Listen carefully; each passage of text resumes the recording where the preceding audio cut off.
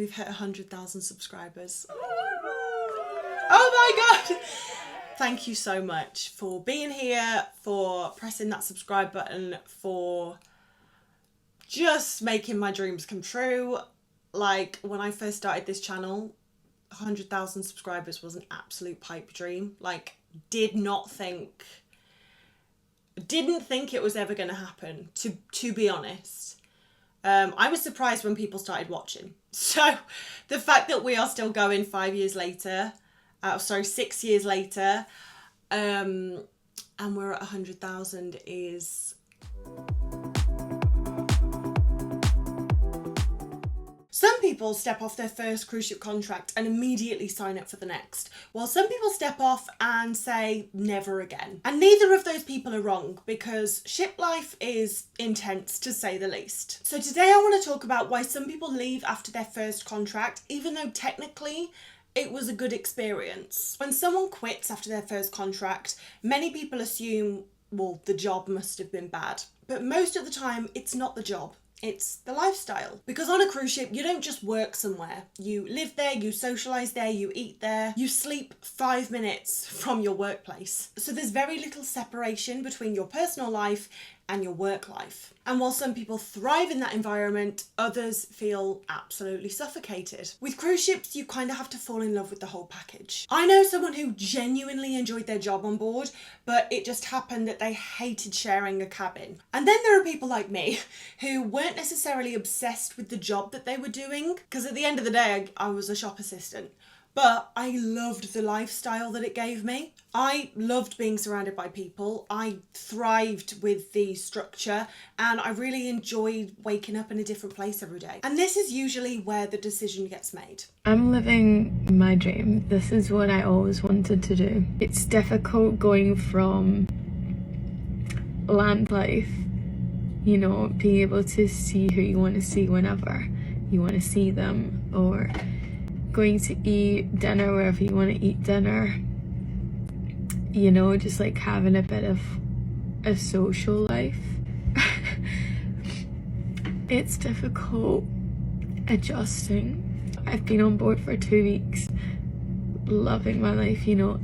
Oh gosh, I've been in rehearsals every day, long days, and sometimes I think when I just have a minute to stop, like now, you start to think about all the things that are back home, or, you know, your friendships, relationships.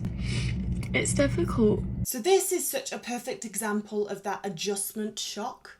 Doesn't mean she hates it. Like she said, it's just she's having the time of her life. But it's just a lot to adapt to. One thing I personally don't think people talk about enough is how high the highs are and how low the lows are. When you have a bad day on board, it can genuinely feel like one of the worst days ever, because you're away from your friends and family back home.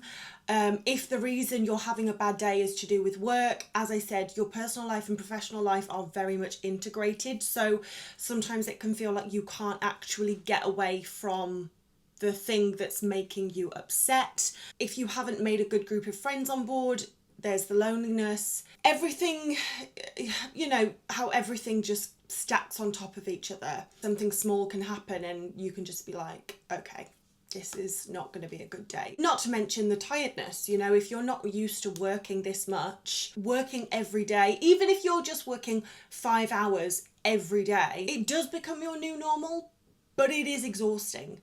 And we all know that, like, tiredness can make things exponentially worse. If I haven't slept and I stub my toe, the world's ending. You know what I mean? When you have a good day on board a cruise ship, it is the best day ever. You might be in some magical destination that you never thought you'd be able to visit, and you've got time off, or sometimes like some of my best times were at work, just laughing and joking with the people I was working with. And I feel like it's something you have to experience to really understand what I'm saying, but everything is just heightened. And that emotional contrast is, I believe, one of the main reasons that ship life is so addictive and it is so hard to give up. You'd be surprised how many people join ships thinking it is a paid vacation. I touched on this in a video I posted a few weeks ago about your first week on board your first cruise ship, and how looking at people's social media who are working on cruise ships before you actually go on your cruise ship can kind of distort your idea of what ship life is, should be, and then when you go on your cruise ship, if your experience isn't anything like what you've imagined it should be like, you can be disappointed instead of just letting it be what it is. But I am here to tell you, unfortunately, it is definitely not a paid vacation, because when you get on board, you realise it's not all crew parties, sunsets and exploring new places. You suddenly realise how many rules there are that you have to follow, the hierarchy that you have to understand, the schedules, the long hours, the limited personal space. I went to work on a ship and I hated it. Here's why. So many rules, extremely long hours. My boss was a bitch. Not actually much time to get off and explore. No, and there's no right or wrong answer, but different people are built for different environments. Me personally, I thrive with structure. No personal space, I thrive in it. I'm an extrovert. I absolutely love people. I love getting to know new people. So things that are complete deal breakers for one person are what makes it a great experience for another person. And no one is right or wrong, but we're just all very different, and we all have different things that we need out of a lifestyle and a job. So if you are wanting to work on cruise ships, but you know that you hate following rules, well, you know, that's something you need to consider. Now, I always say that your first week to 2 months on your first cruise ship, you're going to have more bad days than good days. And you're going to have a lot of times where you're like, oh my God, what have I done? I'm exhausted. I hate this. I'm lonely. It's not great. But then after 2 months, or hopefully sooner, you start to make friends, you start to learn what's going on board, and you actually start to enjoy it. And I stand by that. Like, if ship life is for you, you will know after like the first few months on your first contract. However, there is an exception, because there are definitely things that can make or break your contract. Maybe you just wanted to work on cruise ships so bad that you applied for every job you could, which is something I recommend you do. But maybe actually you don't like the job. You like ship life, you don't like the job, and you would have a better time if you were working in a different department.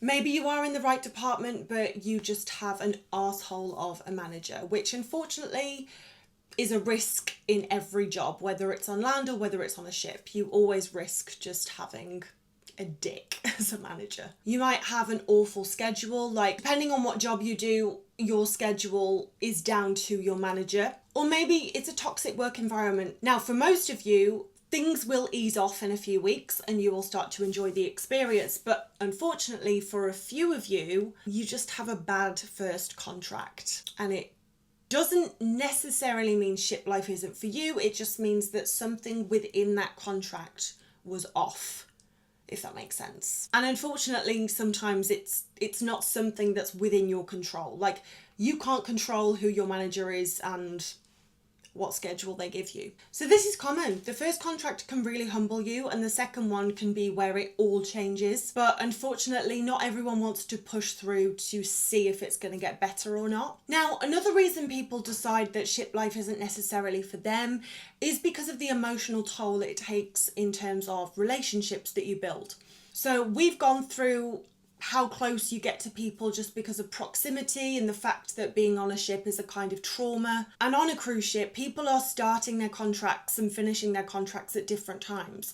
So let's say you start your 6-month contract in June and you become best friends with someone, but they started their 6-month contract in March. So they're actually leaving basically just as you've become best buds. And that's really difficult. Like, we've just spoken about how it takes sometimes 2 months before you start enjoying working on a cruise ship. And you can get to 2 months and feel like you're just getting your bearings. And then the person that you've decided is your new bestie is like, adios, I'm going on my vacation. And what's worse is if they're from a different country to you, you don't know if and when you're going to see them again. And it's really hard.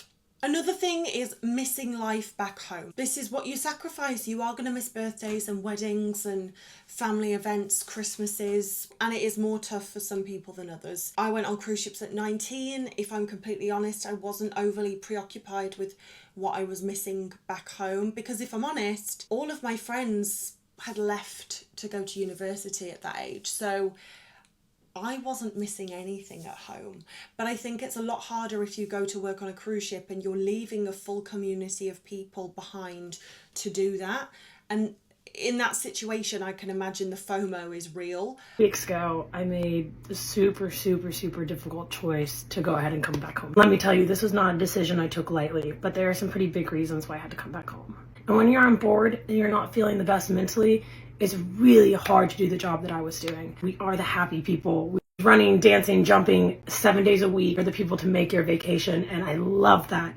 But since I was feeling kind of low myself, it was kind of hard to be that for everybody else. It was an amazing time in my life for that time in my life. So yeah, mental health is a big thing. If you are finding it hard to be on a ship, just like she said, in her job, she was required to be happy and smiley all the time. And if you're not feeling that way on the inside, it's really hard to put on that fake smile. So, and if you do it for too long, it can really cause a problem. So she absolutely made a great choice, like putting her mental health first and quitting cruise ships. Yeah, I mean, if you do your first contract and you just find that your mental health ain't good when you're on a cruise ship for whatever reasons, there's a myriad of reasons that it might affect your mental health, then like ship life isn't for you. I've always said, like, there is no job that is worth like you suffering mentally.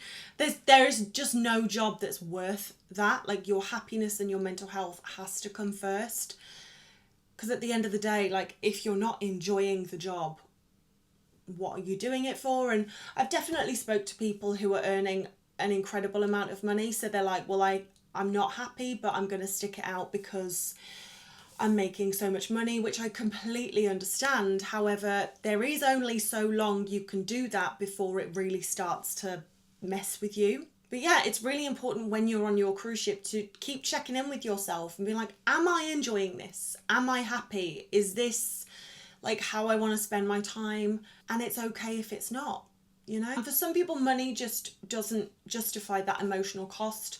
One of my amazing, beautiful friends has just left ships after over a decade working at sea, and she was earning some serious cash and, you know, kept it going for a long time because she was like, where else am I going to earn this much money? But she was smart. She saved a load of it up, so now she's left ships and she's, you know, starting her new chapter. But it's scary, you know, it's scary leaving this world. So why do some people quit after one contract? It just wasn't for them. For whatever reason, whether it be the emotional toll, the loneliness, the goodbyes, the lifestyle, the job itself, like, it just wasn't a fit. We're all built for different things. So this ties into how important it is that you don't take other people's opinions for gospel. So, me included, like, just because I absolutely loved my time on ships doesn't mean that you will. But just because you hear someone say, I hated it, it was awful, doesn't mean that you're going to hate it. Because when I said to everyone at 19 I was going to work on cruise ships, the amount of people that were like, why are you going to do that? You're going to be a slave. You're going to work all these hours. You're not going to get paid. Blah, blah, blah. If I'd have listened to them, I wouldn't have made the best decision of my life. So the best advice I can give is you've got to just be so honest with yourself about why you want to do it, what you're hoping to get out of the experience, the traits that you have. Do you think they're going to translate to being on a cruise ship? Like, if you have crippling social anxiety, I'm not saying you can't work on a cruise ship, and it might actually make your social anxiety better, who knows? But if you have crippling social anxiety, you have to be prepared that it's probably going to take a lot more effort for you to work on a cruise ship. than it would for your average person without anxiety, because you're going to be meeting new people constantly.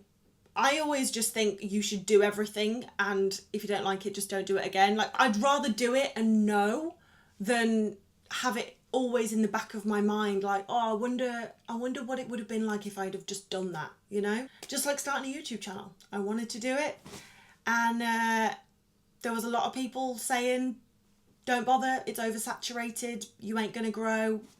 And look at us now. Look at us now. So it's all on you. You got to make the decision knowing who you are. But if you have any questions on this topic, please let me know in the comments.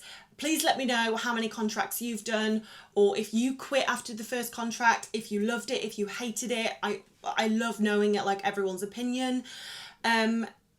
Hit that subscribe button if you are enjoying these videos, and if you want some help getting a job on board a cruise ship, then please feel free to send me a message on Instagram or send me an email at lucy@cruisingascrew.com.